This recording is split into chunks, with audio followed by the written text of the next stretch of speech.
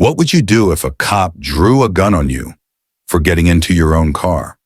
What if you calmly told him, "This is my vehicle, I'm a detective," and he still arrested you? Now imagine, that same cop went on a personal mission to destroy you ticket by ticket, day by day. But what if the man he tried to humiliate was trained to hunt criminals just like him? And what if the final twist made headlines? Stick around, because by the end of this story, the man who thought he had all the power loses everything. It was just another quiet Saturday morning. I'd worked the night shift downtown undercover, tracking a major identity theft ring. 12 hours on my feet, dressed like a low-level dealer. No badge, no backup, just instinct and a wire. By the time I clocked out, the sun was already punching through the clouds like it had something to prove. All I wanted was to get home, take off these scuffed-up sneakers, make some eggs, maybe call my daughter before her soccer game. So when I stepped into the parking lot, unlocked my matte black BMW and slid into the driver's seat, the last thing I expected was a gun in my face. "Get out of the car, now!" He was trembling, his white, hand on the trigger like I'd just stolen a police cruiser. No badge flash, no polite check-in, just rage, the way he looked at me, like I wasn't supposed to have leather seats or tinted windows or a key fob that actually worked. I put my hands up slowly. No sudden moves. I've seen how this ends too many times. But here's the part that really got me. When I told him the car was mine, he smirked and said, "Yeah, right. Step out before you make this worse." He thought he had the upper hand. He had no idea who I was. And by the time he figured it out, it was already too late. You'd think telling him the truth would have made a difference. "It's my car. I'm Detective Miles Carter, badge 3279. But that didn't matter to Officer Greg Hammond, patrolman, with something to prove and eyes full of suspicion. He didn't even ask for my ID, just yanked the door open and grabbed my arm like I was halfway through a grand theft. "You're under arrest for attempted auto theft. Hands behind your back." I could have resisted, could have pulled rank, could have said a dozen things. But I've been a black man longer than I've been a cop. So I went quiet, compliant. The parking lot cameras were rolling, and I knew I'd need that footage later. He cuffed me hard, too hard, then slammed me against my own car. People watched. No one stepped in. He shoved me into the back seat of his cruiser and called it in like he just caught a wanted fugitive. I could hear the pride in his voice, like he thought he'd just solved a major crime. But here's where it starts to twist. As we pulled into the precinct, I saw the look on Sergeant Lou's face when he saw me in the back of that patrol car. "Miles, what the hell?" Greg looked confused. I didn't say a word. Sergeant Lou told him to remove the cuffs immediately. He did reluctantly, like someone told to return a toy they weren't done playing with. I rubbed my wrists, took a breath, and said calmly, "Thanks, Sarge. I'll handle it from here." Officer Hammond was still trying to piece it together. Still trying to figure out how the suspect had just been saluted by the precinct commander. That should have been the end of it. An apology. A handshake. A quick internal write-up maybe. But Officer Hammond? He wasn't done. No, that was just the beginning. Because the next morning, I woke up to find a citation taped to my windshield. Illegal window tint. Same car, same spot. Same angry little signature at the bottom. Officer G. Hammond. And just like that, it was on. At first, I thought the window tint ticket was petty, a bruised ego lashing out after being embarrassed. But I underestimated just how far Officer Hammond was willing to go. The next week, it became routine. Every 2 or 3 days, there'd be something taped to my windshield. Parking too close to curb. Suspicious vehicle parked overnight. Loitering. Outside my own apartment. I kept everything. Took photos, time-stamped videos. I even logged which shifts he was working, and the pattern was undeniable. If he was on patrol, I got a citation. But he didn't stop at paper harassment. One morning, I walked out and saw someone had keyed the passenger side door of my car. Deep, deliberate strokes, like someone wanted it to hurt. Security cam footage? Glitched, according to building management. But guess who was seen parked across the street 15 minutes before the incident? Officer Hammond. He stared into that lens like he wanted me to know. So I tried to handle it internally. Took my evidence to internal affairs. But Hammond was slick. His reports were clean. He had just enough cover to make it seem like routine policing, the kind of thing that looks reasonable on paper. Until you add context. I could see the smirks, the silent message. Go ahead, file your little complaint. I've got the badge and I'm white in this town. But what he didn't know was, I wasn't just any detective. I was part of a joint task force cybercrime and deep fraud investigations. My specialty? Catching people who think they're too smart to get caught. And Hammond? He was sloppy, petty, predictable. One night, I left my apartment later than usual. Took a detour through a gas station with well-lit pumps and perfect camera angles. I waited, parked at the far end, sipping coffee, watching. Sure enough, the familiar headlights pulled up 2 rows behind me. Unmarked car, city-issued plate. Officer Hammond. I pulled out. He pulled out. I slowed. He slowed. He was tailing me. So I called in the plate from my burner phone, made sure it hit dispatch so there was a record. Then I drove straight to the station. Pulled into the staff garage. Waited for him to follow. And when he did, I walked right up to his window, knocked and said, "Evening, officer." "You lost?" He stammered. "No, I thought you might be acting suspicious. Didn't recognize the car." That's when I leaned in and said, "You've been writing me up for this car for weeks, Greg. You don't recognize it, or you don't like who's driving it." He couldn't answer. Didn't have to. I reported the stalking this time to my task force lead. That's when the tide turned.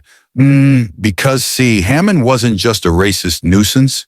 He was stupid enough to leave a trail. Body cam footage showed inconsistent reports. License plate reader logs proved he was circling my block outside of jurisdiction. And internal affairs? They were already sitting on a sealed file from a previous complaint, a Latino teen wrongfully detained for driving too nice a car. But the real kicker? I found his Reddit account. Yep, a burner username linked to his precinct IP, ranting about affirmative action cops and thugs with badges. There were even posts about me thinly veiled, but I knew the signs. I screenshotted everything, filed a formal internal investigation request, but I didn't stop there. Because while Hammond was trying to intimidate me with tickets and scratches, I was building a case, a tight one, the kind that makes careers or ends them. And just when I thought it couldn't get more surreal, I caught him sitting in his cruiser outside my daughter's school, windows up, just watching. That's when it stopped being harassment. That's when it became personal. That night, I called a friend from the FBI Civil Rights Division. He didn't hesitate. "I'll take the file," he said. "We'll open a federal probe." That's when I knew this wasn't just about me anymore. This was about power. And it was time to take it back. The thing about working undercover is you learn how to set traps without making a sound. I didn't need to shout. I didn't need to rage. I just needed to be quiet long enough for Officer Hammond to walk into the net I was building. So I made a plan. First, I gathered everything, all the citations, all the body cam inconsistencies, screenshots of his Reddit account, GPS data, even the cruiser logs. Then I sent it all encrypted to my friend at the FBI Civil Rights Division. Next, I called in a favor with an old contact at the local news station. Investigative journalist, hungry, smart, and pissed off after hearing my story. "Let me guess," she said. "You're not the first?" "Nope, but I'll be the last." She agreed to keep it quiet, for now. We needed one more thing, proof of active harassment. So I gave Hammond bait. I parked my car legally right out front of the precinct, windows rolled down, dash cam rolling, a printed copy of my badge and registration sitting in plain view on the passenger seat, Then I walked across the street and waited in a diner booth, sipping black coffee, pretending to read the paper. 25 minutes later, he struck. I watched through the window as he pulled up, walked around the car and scribbled something on a ticket pad. Then he looked around and slid the paper under the wiper without checking the badge, without checking the registration, without calling it in. Boom! Pattern confirmed. Harassment caught on both video and eyewitness testimony. I walked out slowly, calm, cool. He turned, startled. You know, I said, at some point this stops being about protocol and starts being about profiling. He opened his mouth to argue, but I wasn't there to debate. I walked right past him and into the precinct, straight to the captain's office. She already had the file open on her desk. She looked up, closed the folder slowly and said, "You ready to go public with this?" "I am." Within 24 hours, Officer Hammond was pulled from active duty. But that wasn't the climax. Because 3 days later, the local news ran the story.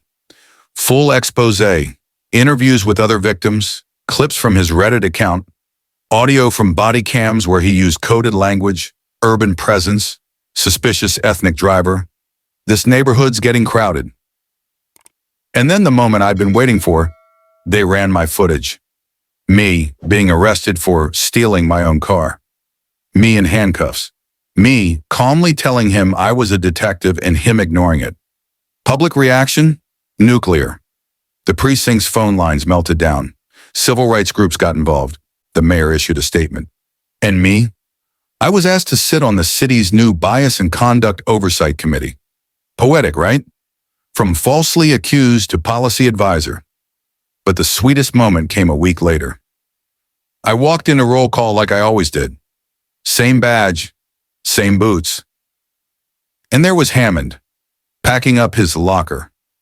No uniform, no gun, no smirk.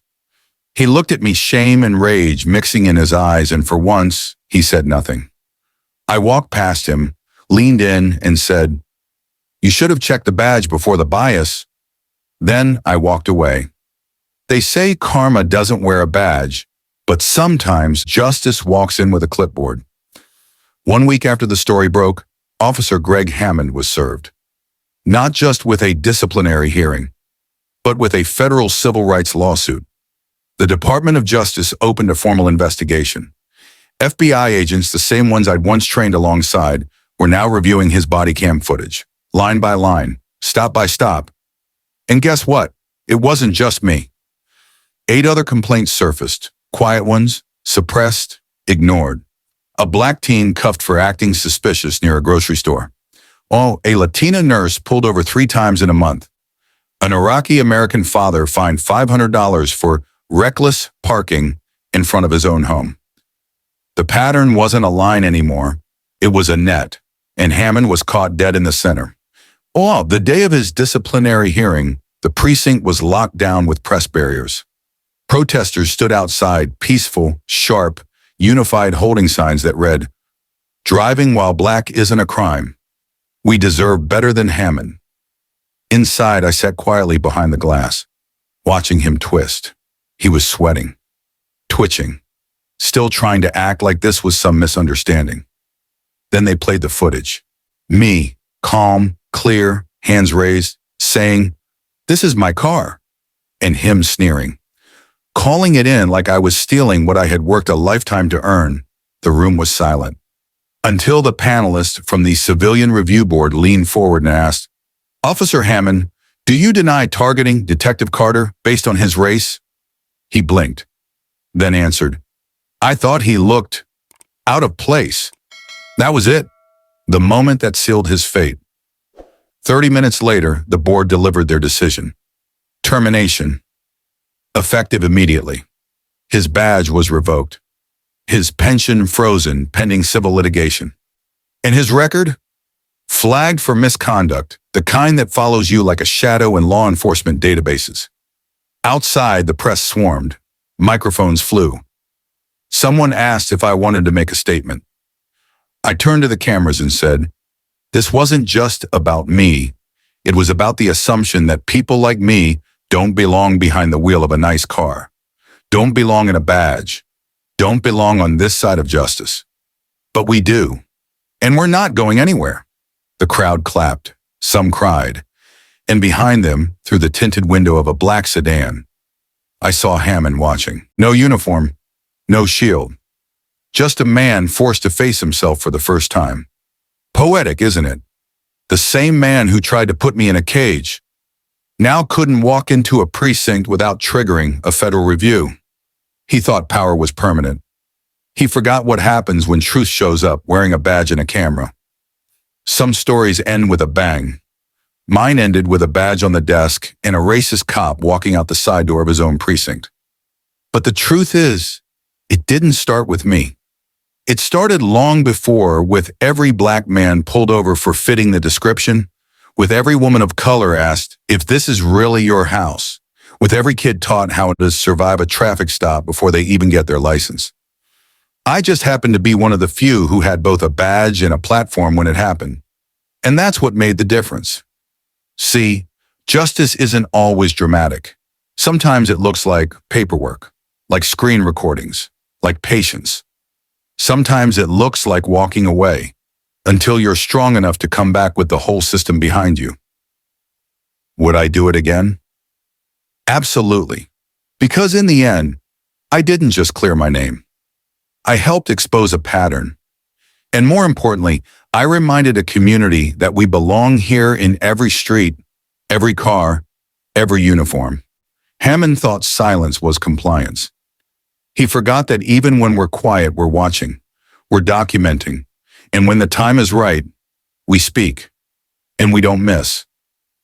If you've made it this far, comment "Justice served" below. What would you have done if you were me? Let's talk about it. And if you believe the badge should protect, not profile, share this video. Someone out there needs it more than you know. Until next time, stay sharp, stay calm, and when they underestimate you, smile. Then show them exactly who you are.